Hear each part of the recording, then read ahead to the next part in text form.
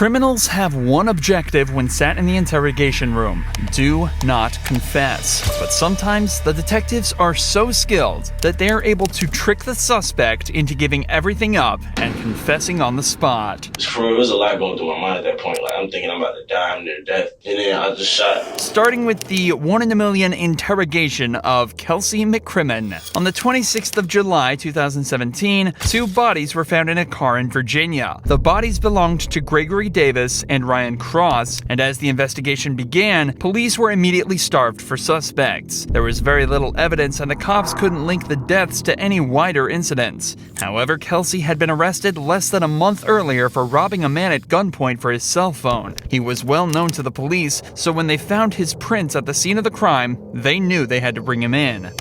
Where were you last week, Wednesday morning? Wednesday morning? 26. Can you remind me? Double homicide? I did hear. I saw about that on Twitter. I was at Cole's house, matter of fact. I was at his house all night. All night? Yeah. You never left? No. So you spent the night over there? Yeah. Did you guys ever go out and hang out with anybody or anything like that? No.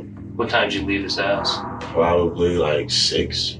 6 a.m.? Or maybe 4. Maybe 4, 5, or 6. Kelsey gives a very common alibi here, saying he was at his friend's house all night and he never left. Criminals give this alibi a lot as it places them away from the crime and also allows their friends to cover up for them. If Cole tells the cops Kelsey was indeed there all night, then that problem is solved and he couldn't possibly have been the murderer. But of course, it's never that simple. Did you walk by the police? No, I walked straight down Richard Highway. Were you with anybody? No, I was by myself. I went home. So you were at Cole's till about 4 or 5. What time did you get to Cole's?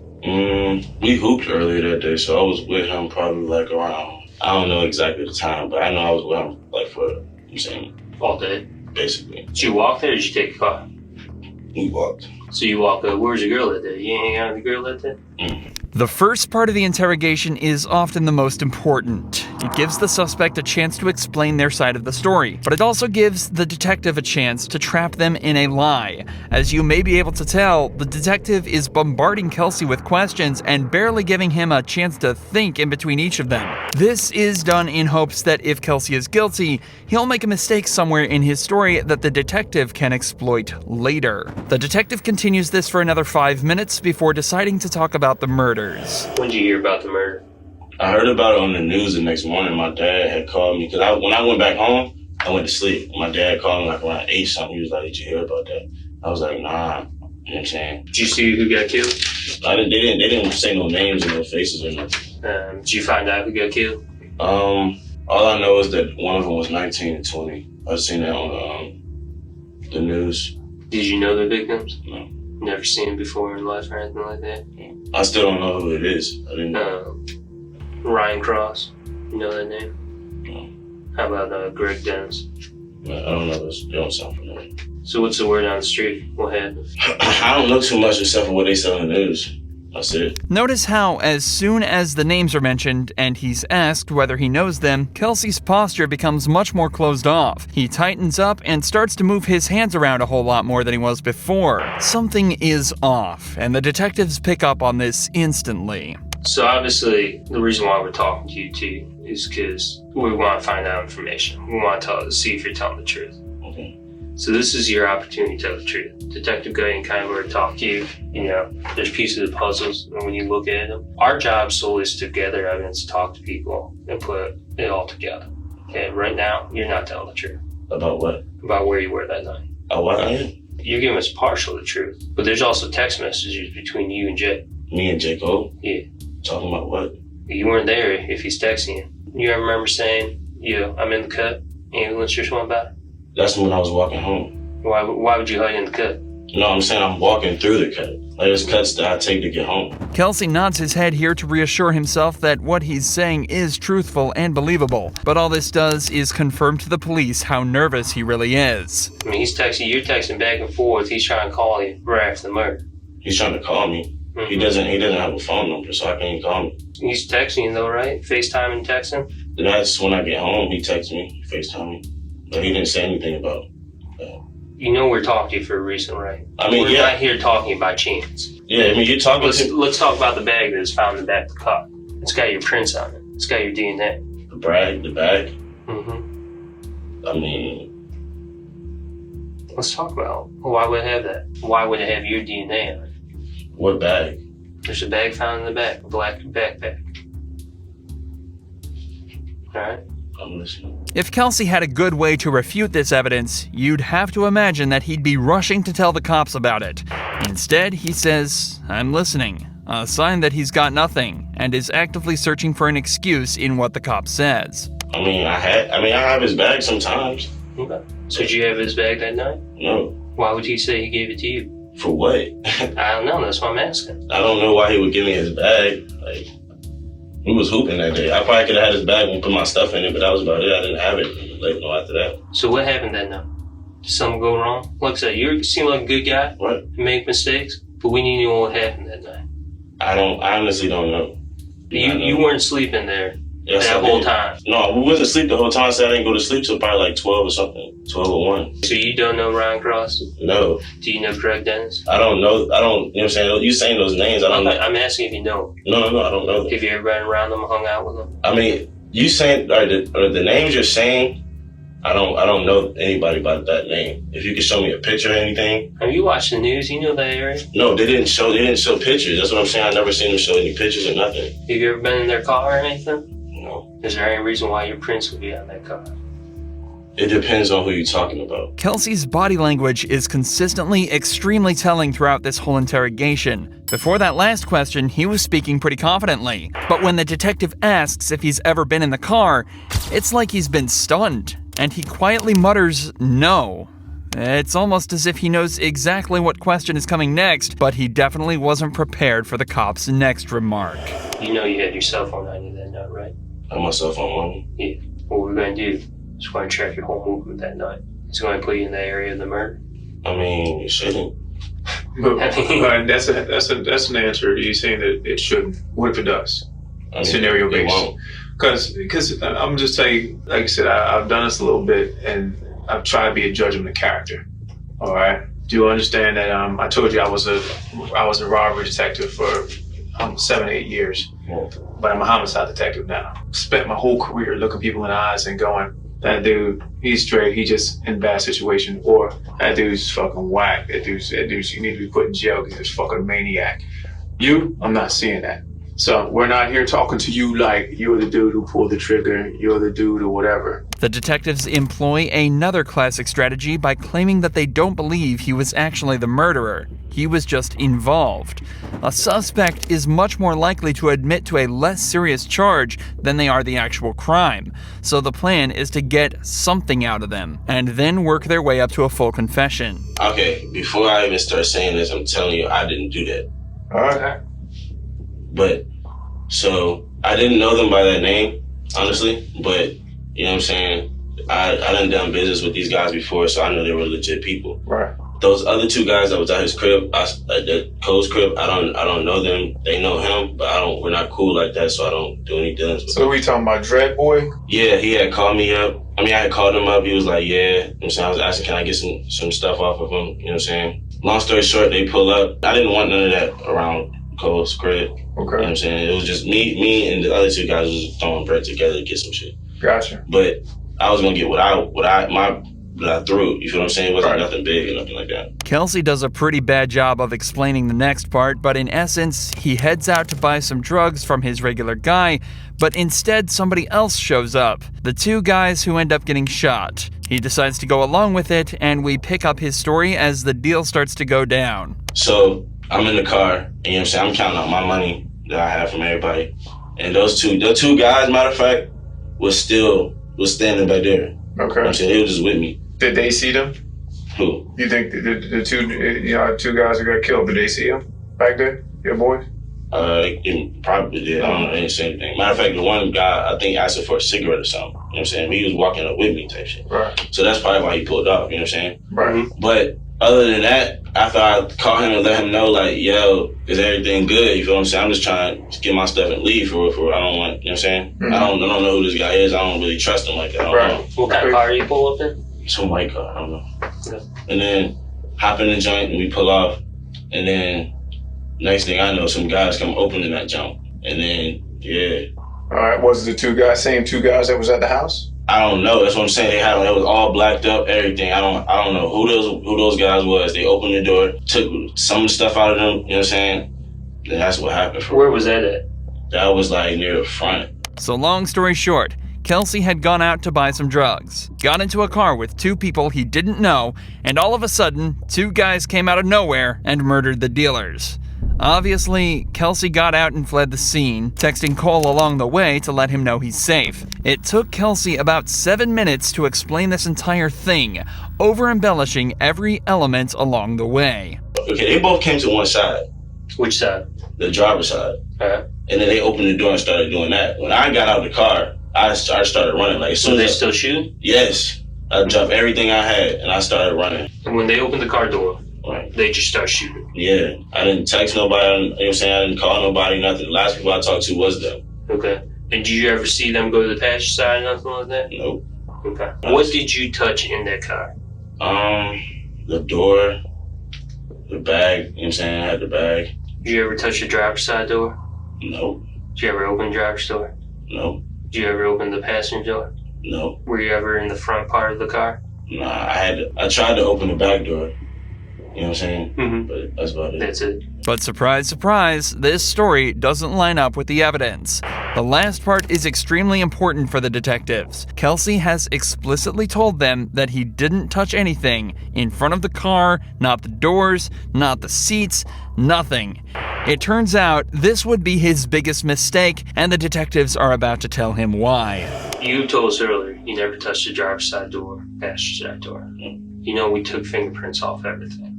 What would I have touched the door for?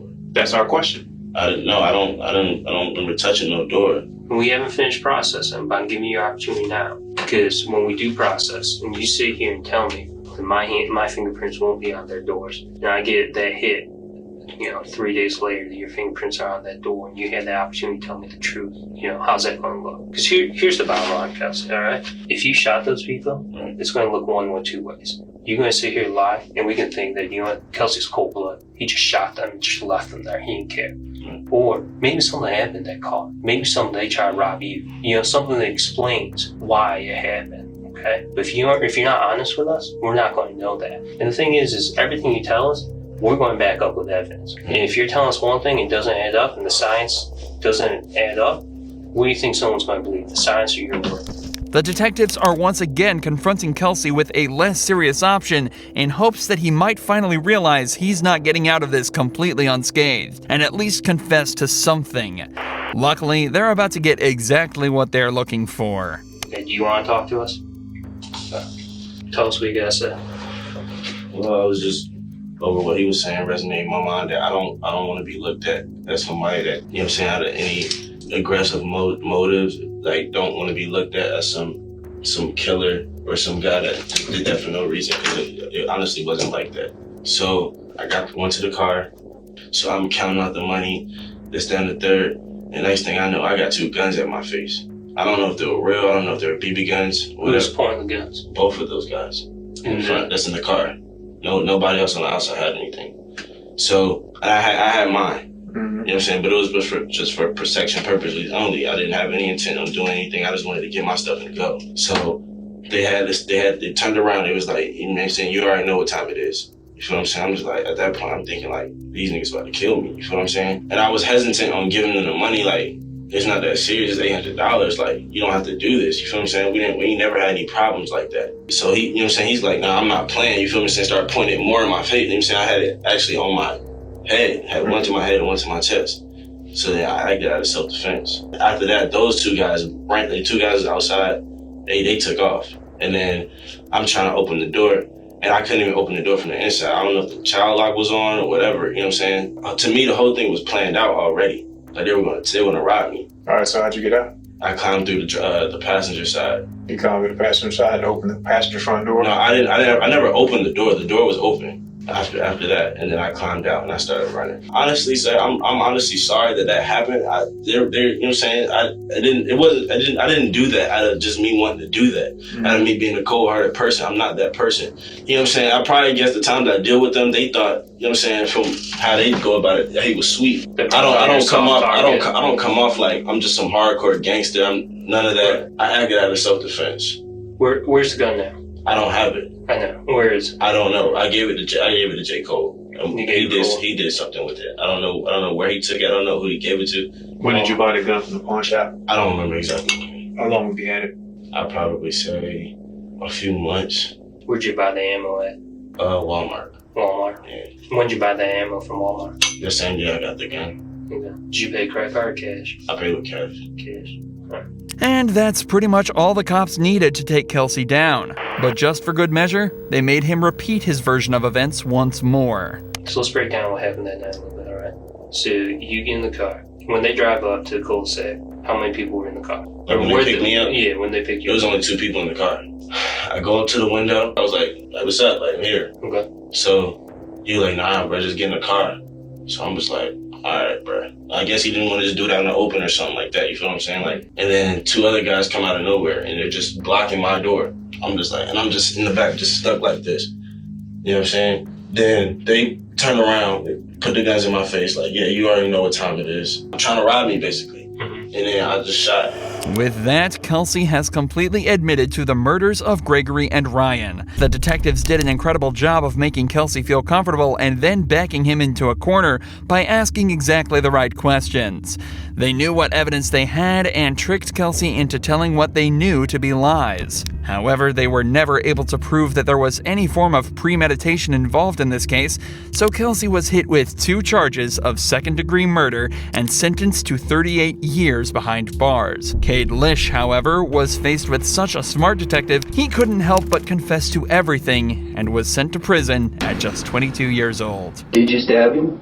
Yes. Cade had been faced with anger issues throughout most of his adolescent life, but he never expected it would lead him here. Him and a man named Jeremiah had gotten into an argument outside of a restaurant, and at first it was just a normal disagreement, but it quickly escalated into a full-on fight where Cade drew a pocket knife and stabbed Jeremiah 3 times. Jeremiah died of his injuries, but at this point, Cade doesn't know that, giving the detective a massive opening to get to the bottom of why this happened. I would like to know what happened tonight. Could I ask you a question? Sure. Is this guy okay? Is he? I haven't heard the latest on him yet. Okay. But obviously he was involved in a fight as well. So I'm just trying to piece it together what happened. Once I get some more information, I'll let you know. Sure. Okay.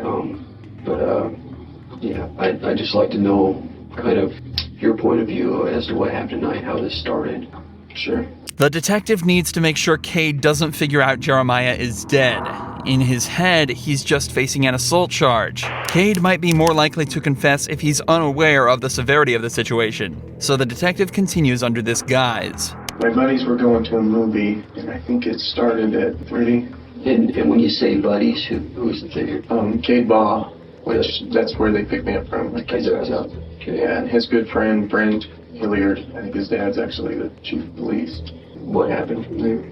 There, I went in, sat down, a few other guys I work with were there, had some drinks, talked, and eventually everybody, was time to go home. We both had to work today, so we decided to go home. Cade then spends the next 5 minutes detailing the rest of the night before getting into the argument with Jeremiah. He says the two had their differences before. Apparently, he'd been making some derogatory comments towards one of Cade's gay friends, and he wasn't happy about that. And after a few drinks, that all came to a head when they met again outside the bar that night. But at some point, you did get physical with this guy? Yeah. Was it just one guy? I think so. I just remember getting hit and telling me, you guys need to get off me, or I'm going to stick you. I'm going to stick you. You guys need to get off me. That's it. All Cade seemed to remember is being assaulted by one or more people, managing to escape, and then calling 911. But we know that there's an important element of this story missing, so the detective tries to ask a few questions that might shed a little light on Cade's involvement in this fight. Now, you said you got in a scuffle with this guy, and were you guys exchanging punches? I don't know that I punched him at all. I know that he punched me. You said that you were going to stick him. What did you mean by that? I had my pocket knife. I said, you need to get off me, or I'm gonna stab you, stick you. At this point, I didn't know how many freaking guys were hitting me. I was kind of scared, and I was dazed. That first hit about knocked me out. Do you remember stabbing this guy at all?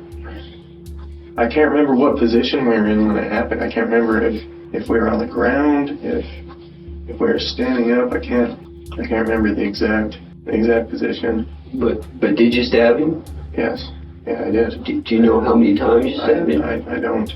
More than once? I think Twice? I think so. I couldn't tell you exact amount. Well, that was a lot easier than anyone was expecting.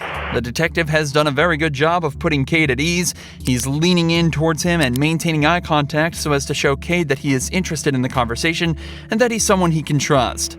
This, in combination with Cade not knowing the severity or what he did, made it much easier for him to confess to stabbing him. So now, the detective just has to iron out all the details. Something that's much easier said than done when the suspect was drunk and full of adrenaline. But you don't recall maybe how many times you stabbed him? I don't recall Where? the times. Where you stabbed him? I want to say in the back, maybe. Like, I know that we were wrapped up, I think. Face to face? Well, kind of like in a clinch. I don't know if he had a hold of me, if I had a hold of him, but I'm pretty sure it was. Were you on the Yeah, ground? see, I don't remember if I was on my knees or if we were standing up. That's the part that I don't remember, but I know it's either in the side or in the lower back area. Okay. I think it was more than once, but you're not sure. I think so, yes. Mm-hmm. They then both decide to take a break before getting right back into it 30 minutes later. And I think you told me before that he threw the first punch. Yes. Okay. And that's how you remember it as him. Yep. And then it just becomes a fight after that. Was there any point that you were able to, like, be able to break away from him, get away from him, move? I don't think Did you try to get away from him? Yeah, I didn't Or want to did you fight. engage him? Were you mad at him? I was mad after I got hit, but I didn't want to fight, and I remember telling him, I don't want to fight as I'm getting hit. You were just trying to get away from him. Yes. At that point, after you got hit, Yeah, but you couldn't. exactly. Okay. So, at what point during this struggle, I mean, did you feel like your only choice to get away from this guy was to stab him? After I told him that I didn't want to fight, and I told him to stop, and I told him I'm going to stab you if you don't stop. Why stab him though? Why not? Well, because Because nothing else was working. Did you try what else did you try? I tried to get away, physically, and through telling him, but it wasn't working. This is a surprisingly important piece in this case. Cade says he tried everything he could do to get away before stabbing Jeremiah, but nothing else was working. However, at the same time, he claims never to have punched or kicked him. From the detective's point of view, it seems that Cade just tried to crawl away and then immediately resorted to possibly lethal force in the pocket knife. This could have been a split-second decision Cade made when realizing he was in danger, but it could equally have been a conscious decision made because he wanted Jeremiah dead. It's a difficult call to make, and the detective has to get to the bottom of it. How long did it take after you started stabbing him for you guys to break apart? Was it immediate? Was it a couple minutes? Was it It's kind of after? weird. I know I stabbed him a couple times. I more than once. But once This started happening, did you continue to stab him after he let go of you, or what? I don't think no. At what point did you stop stabbing him? I guess I should ask. When I felt that he had let go of me, basically. But you didn't go after him anymore. I don't think so. No. You don't know how many times you stabbed him. Do you have any idea? Multiple. Okay. I couldn't give you even a close number. I know more than once. And that's kind of my issue with this incident that happened, is because of the number of times this guy was stabbed. I don't have an exact count because the doc, everything that's going on, but we're looking at 13, 14 times, okay, which is a lot, okay. A couple times I can see, once, twice, 3 times, but when you start getting 10, 11, 12, 13, that's a lot of times to stab somebody. Okay. And I understand, you told me what happened, why you did, and everything like that, but I gotta look at everything involved here. So the number of times this guy was stabbed is a concern to me. Okay. The second thing here, and this is probably gonna be the hardest part to deal with, okay, is this guy's died. Okay. That's the tough part. It doesn't leave me with a lot of choice here as to what to do with you. Okay. And you can probably understand that, right? Okay, so you're gonna go to jail today. And that's exactly what happened to Cade. He was sent to jail and subsequently stood trial for the killing of Jeremiah Pays. The jury was met with a similar conundrum as the detective was. It seems as though he's telling the truth about the fight, and all the evidence corroborates that story, but he still stabbed Jeremiah 13 times. The final verdict was one of voluntary manslaughter, a crime separate to first or second degree murder. It's given to suspects who intended to kill somebody but aren't guilty of murder due to provocation to circumstances that would cause a reasonable person to act in the same way. In Cade's case, this makes perfect sense, and the head juror of this case put it best. He didn't doubt Cade was afraid, but he wasn't acting entirely out of fear. For this reason, Cade was sentenced to 22 years in prison and will be eligible for parole after just 10 years. The detective did an incredibly good job of extracting the full truth from Cade, especially under these complex circumstances. But in the case of Lee Rodarte, they were faced with a much more formidable opponent. Lee thought he was smarter than the cops and was ready to try and outsmart them, but the cops were ready to use their years of experience and put them to the test to get a confession from him. Where is she? I don't know where she is. Where is Savannah? No. Where did you go with her? I know you're not that cruel inside. I'm begging you, Lee. Just tell us. I don't know where she is. This is Lee Rodarte, a man taken into custody for being suspected of kidnapping and killing his co-worker, Savannah Gold. With no ideas of where Savannah could be, the cops knew getting this interrogation wrong could mean they might never catch the killer. What's even worse is that Lee had a foolproof story that was going to make sure Savannah was never to be found. Lee, however, is under the impression that he is smarter than the detectives. Little did he know, this would be a massive mistake for him. On the 2nd of August 2017, Savannah's family received text messages stating she was running away and quitting her job. The messages were riddled with errors, causing her family to panic and report her as missing immediately. Throughout the investigation, the police were grasping at straws until they were suddenly sent the CCTV footage from the Bonefish Grill where Savannah worked. The video shows her getting into a silver car in the parking lot before it began to shake violently, with the door being thrust open and pulled shut 3 times. The car then drove out of the parking lot and Savannah was never seen again. After a series of interviews, they discovered the car was identical to Lee Rodarte's, a manager at the grill and boyfriend to Savannah for around 2 months. Lee was immediately arrested on suspicion of murder and brought into the interrogation room. However, he was told by police it was for an unimportant traffic warrant. And that's when the following happened. I'll stay right out here. You can go have a seat for me real quick. I'll be right back, okay? Yes, sir. Being told the detective will be right back obviously implies to Lee that he won't have to wait long to be seen. But it'd actually be 90 minutes before anyone enters the room again. Only a few days ago, Lee was interviewed about the disappearance of a girl he kidnapped, and now he's been handcuffed and taken into a police interrogation room. Lee will be feeling incredibly anxious now, but remember, he's confident that there's no way the cops have enough evidence to take him down. But unfortunately for him, the facade the detectives put up is all about to be ripped away. Hey, man. How you doing, buddy? Good, good. You remember me from the other day? Detective Reeves? Okay. This is my partner, Detective Staley.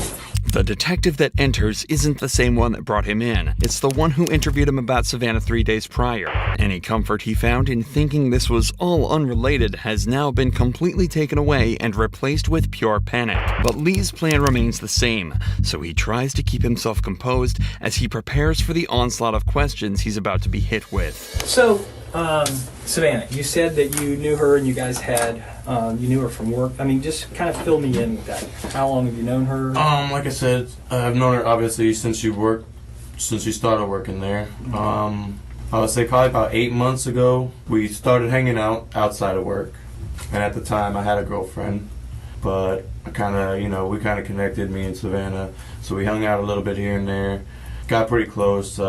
We come from, I guess, somewhat similar backgrounds, I guess you should say.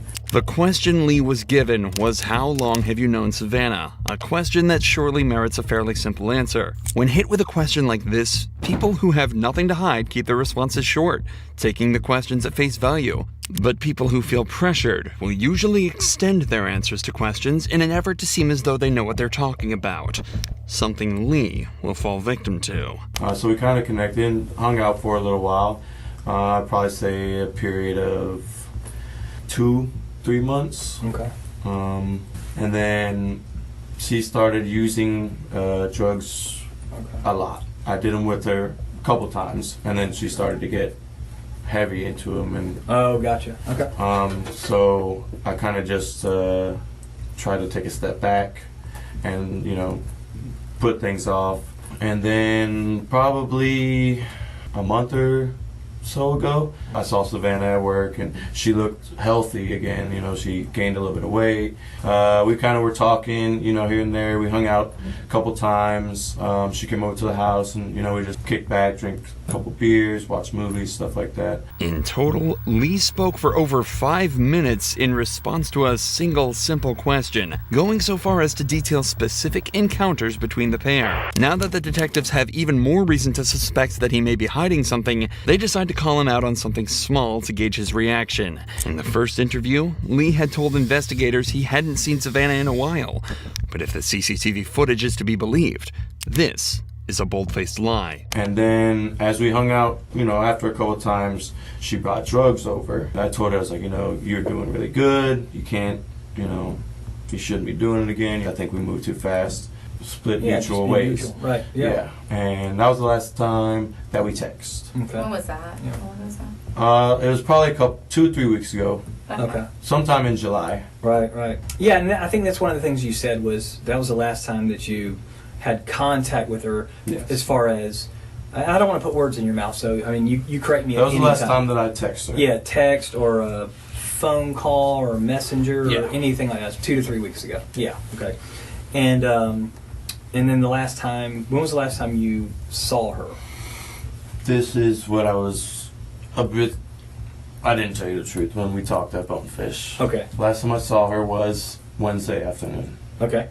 I heard that she has been basically telling a lot of people at work that we hooked up a bunch, like a couple days before that. Yeah. So I met her in the parking lot at Bonefish. When was this? Wednesday afternoon. Okay. Well, do you know what time or about? It was about 5:30. Okay. Without realizing it, Lee has already provided us with enough evidence to assume he's guilty. We know he knew Savannah. He had the same vehicle seen in the footage, and he was present at the scene of the crime when it happened. Remember, Lee has no idea the cops have footage of the event. If he knew about it, he would have tried to provide an alibi that put him somewhere completely different. Unfortunately, though, this isn't quite enough evidence for the cops to get a guaranteed conviction. Instead, they need to push further to try and extract a full confession. Something that will not come easy at all. I parked and I said, hey, can I talk to you for a second? And she said, yeah, what's up? And I was like, I heard you've been saying some things about me and you continuing to hang out, and that we're boyfriend and girlfriend. And she asked me, she said, can I come sit in the car because I just did some heroin and I'm a little paranoid. It was never confirmed that Savannah did do heroin. Nobody in her life mentioned seeing or suspecting she used it. And even if she did, she was headed to a shift at her job as this conversation was taking place. If she was able to do that without getting paranoid, it seems strange she couldn't simply have a chat in the parking lot. So she came and sat in the car, and I explained to her the situation. I told her that servers at Bonefish were coming to me and telling me that you're telling people when you're out that we're boyfriend and girlfriend. And I said, I need you to stop, because for one, it's jeopardizing my job. We agreed to, split, stop talking mutually and just move on. But it was nothing more than that. And she said, I'm gonna do what I want. I didn't tell anybody anything. At that point, I got out and I punctured the hole in the tire. And I said, no, stop. And I said, don't do it again, or next time it's gonna be worse, it's gonna be your windows. At that point, she had her phone in her hand, she got out of the car and walked towards the main entrance from San Jose. Obviously, this entire explanation was crafted to try and create an alibi as close as possible to what actually happened. But the few small inaccuracies are actually glaring windows directly into the truth. We know that Savannah never left the vehicle in the parking lot, and that she drove away with him just minutes after getting in. Lee is unwittingly constructing a mountain of evidence against him in the form of lies that he thinks he's getting away with. And he's not finished yet. And it looked like she was either texting or calling somebody. Okay. Because as she started walking towards there's an entrance to the plaza. She was walking maybe towards this way. And I would say an older model Ford pickup, green. Okay. Drove past me and around, and she got in. Okay. She How long got do in. you think it was between the time that she got out and started using her phone till that green truck pulled up? Maybe 5 minutes. Okay. So wow. So if she called somebody, they got there in 5 minutes to pick her up? Well, I mean, like I said, it looked like she was going to call somebody, and that's when the green truck came around, and she got in. So she gets in the truck. What happened at that point? They drove back around, kind of looped around a little bit. Which way did they drive? So I guess they exited that way, and at that point, I left. Lee doubles down on the lie, again, thinking that this puts him completely in the clear, as he wouldn't have been the last person to see Savannah, but his decisions continue to work against him. Had he decided to stick closer to the truth, he might have been able to argue that he took Savannah somewhere else and then parted ways with her. But without the knowledge of what police have against him, Lee is left simply guessing and forced to make up stories on the fly. This is why it's so important to call a lawyer, innocent or not. In an interrogation, detectives are allowed to both lie and withhold evidence from you, putting you in a very difficult situation where you're at the mercy of their tactics and games. However, the second you bring an attorney into the mix, things get exponentially easier, as police are forced to turn over all of the evidence in their possession so they can put together a fair and sound defense for you. Calling a lawyer isn't just having a wingman at the interrogation room. It's an unlocked door that bypasses almost all of the police's tricks. It goes from them interrogating you to a legal battle. But, needless to say, Lee hasn't called the lawyer and has been left at a disadvantage from the beginning. If Lee was as smart as he thinks he is, he wouldn't have waived this right, and likely would be in a much better position. What happened to your neck? That was self-inflicted, actually. Why? I just have been having kind of a hard time. To your neck? I couldn't. Yeah, I did. And What did you use? a knife. When did you do that? Some time in July. You did that in July and it's still Yeah. bloody? Well, I kind of peel the scab here and there at work, hitting it on stuff like that. I peeled it last night working. And it was coming off a little bit today, so I peeled that a little bit. All right, let me see. But this was the same night. This one was just a lot worse Yeah. than this one was. Okay. And that was in July? Yeah. Okay. Like a few weeks back. Yeah. Okay. It doesn't take a genius to realize how brazen of a lie this is. Aside from his incredibly unconvincing delivery of his excuses, Lee has no history with self-harm and was reported to have been in good spirits in the weeks leading up to this event. Furthermore, Lee becomes visibly anxious here. Most people have a tell that shows when they're lying or feeling uncomfortable. For many, this is crossing their arms or slouching in their chair, but Lee keeps his posture and position fairly consistent throughout the interview. Instead, Lee is prone to subconscious jittery movements in his limbs. Earlier in the interview, while being caught in his first lie, he bounced his leg repeatedly the entire time. While here, he moves his hand and fingers unnaturally every time he tells a lie. In fact, it's almost comical how perfectly it lines up with the false statements. I met her in the parking lot at Bonefish When was this? Wednesday afternoon. What happened to your neck? That was self-inflicted, actually. What did you use? A knife. It's also interesting to note that the detectives almost certainly noticed these marks just seconds into the interview. The decision to mention it now was a conscious one, done to try and build pressure. Lee would likely have anxiety regarding his last big lie about Savannah exiting his vehicle. Catching him so suddenly in a second lie right after will likely amplify these feelings and cause him to feel even more paranoia as the detectives continue. This is also likely why they immediately flip back to talking about the truck right after. Could you see who the person in the truck was? The truck had fairly tinted windows. I saw a baseball cap. Yeah. You see a guy, girl, white, black? I couldn't really tell if it was a guy or a girl. Okay.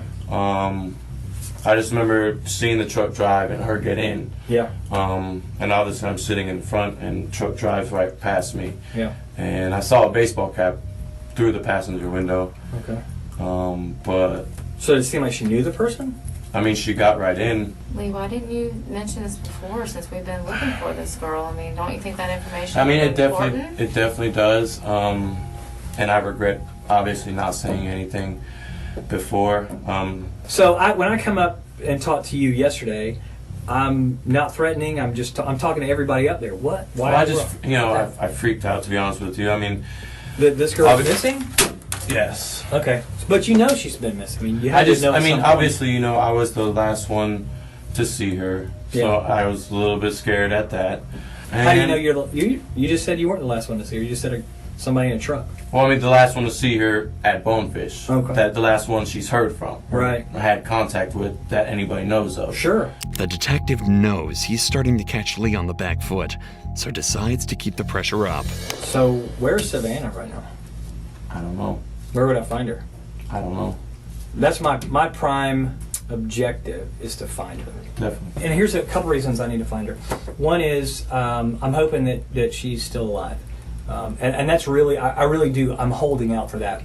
And if she's not alive, then I think she and her family are due that knowledge. I think they need some closure. So where is she? I don't know where she is. Where is Savannah? I don't know. I need to know where Savannah is so I, I can don't let know her family where know. she is. You don't know because you had something done with her and you weren't involved in that part? I don't know. Tell me something. What can I work with? I told you the last time I saw her. But that's not true because we have proof. We have proof.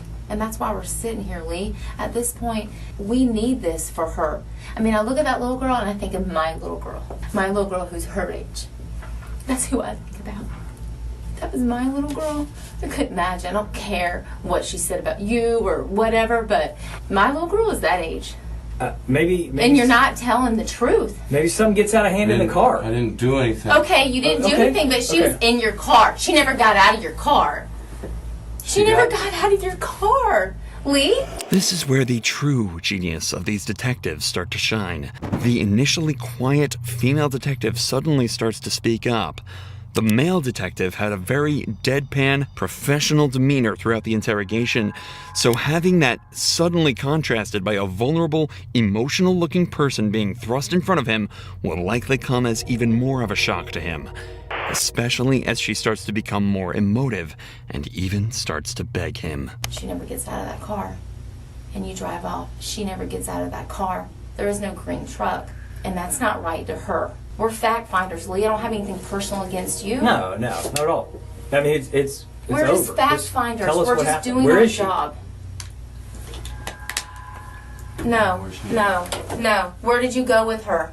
Where did you go with her, Lee? Be human. You're a human. You're a man. Where did you go with her? I know you're not that cruel inside. Maybe you Please. maybe you don't know where she is now. Where did you go with her? Please. I'm begging you, Lee. I know you're not an evil person. I don't see that in you. I don't see that in your history. I don't hear those things about you at work.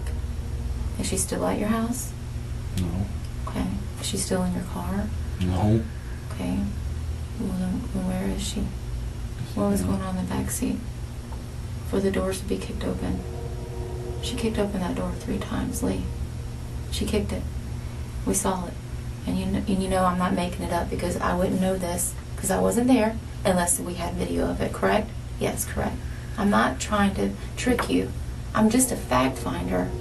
I mean, she was upset. She tried to slap me. I slapped her. She went to get out. I grabbed her around her waist and said, "Where are you going? Why are you hitting me?" She calmed down and we left. Why would she leave with you after that? Why would she? I mean, we've gotten arguments plenty of times where she says she doesn't care what happens or anything like that. All right. Sometimes people do wrong things, right? Some people make mistakes. It's what you do afterwards. I got a family that needs closure. They are now coming to the reality that she's no longer with us. Do you want people to remember you as a guy who said, okay, look, I'm going to do the right thing? Or do you want your family and everybody else to think that you're some evil, heartless person who won't tell us where she is? I don't think you're that kind of guy. I don't think you're evil. Just tell us where she is. Closure for her family. She was hitting me.